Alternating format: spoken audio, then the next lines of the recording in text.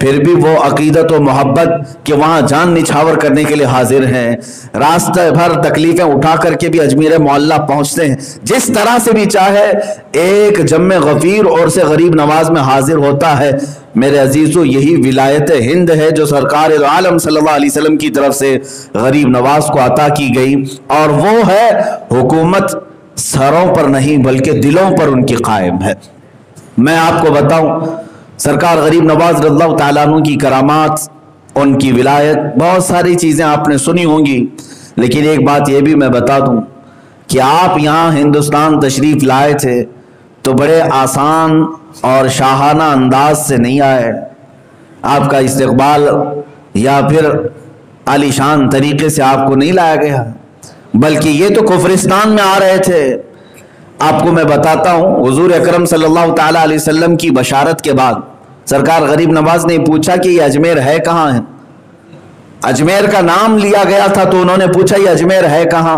حضور پاک صلی اللہ تعالیٰ علیہ وسلم کی طرف سے آپ کو ایک جنتی انار دیا گیا تھا، اور آپ فرماتے ہیں اس انار کو آپ نے تناول فرمایا تو آپ کی نگاہوں میں پورے ہند کا نقشہ سامنے ابھر کر آیا، یہاں تک کہ فرماتے ہیں میں نے اجمیر کی پہاڑیاں اور ندیاں بھی دیکھ لیا۔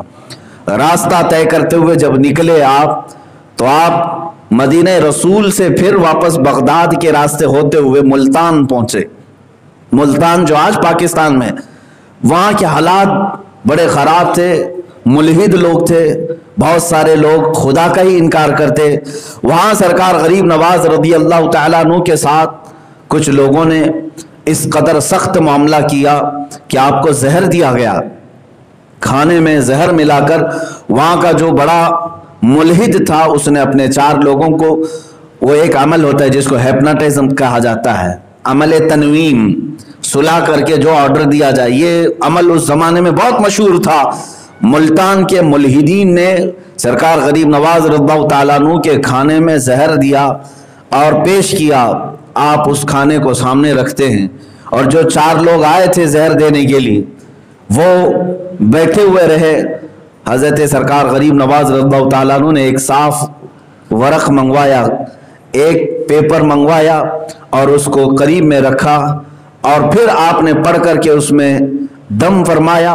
کھانے کے اندر جتنا صفوف زہر کا تھا وہ سب اڑ کر کے اس ورق میں آ کر جمع ہوا، اور پھر حضرت سرکار غریب نواز رضی اللہ تعالیٰ عنہ نے ان ملحدین سے کہا کہ یہ لے جاؤ، یہ زہر جس نے دیا تھا اسے واپس پہنچا دو، اللہ تبارک و تعالیٰ معین الدین کا حافظ و نگہبان ہے۔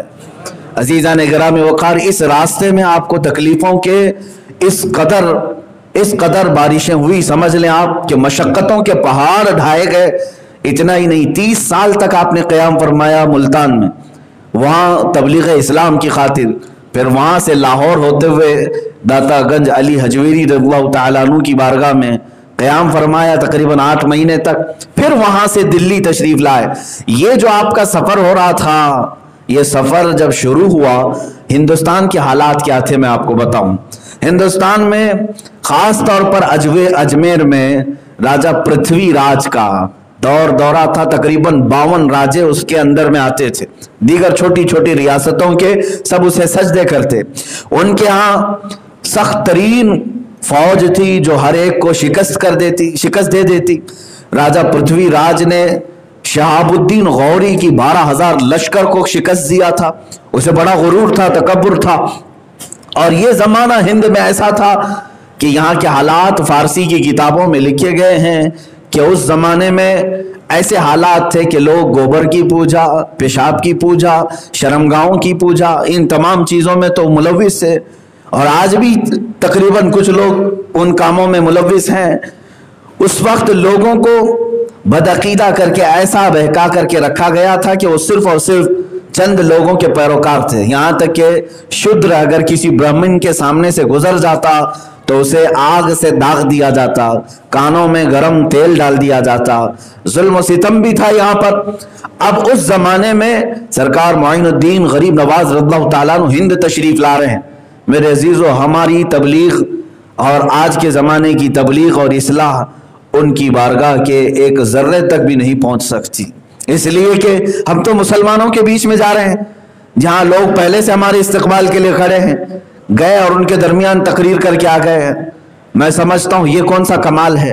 سرکار غریب نواز جس وقت ہند تشریف لائے تھے وہاں تو پورے کے پورے آپ کے دشمن تھے اور کفرستان میں آئے تھے،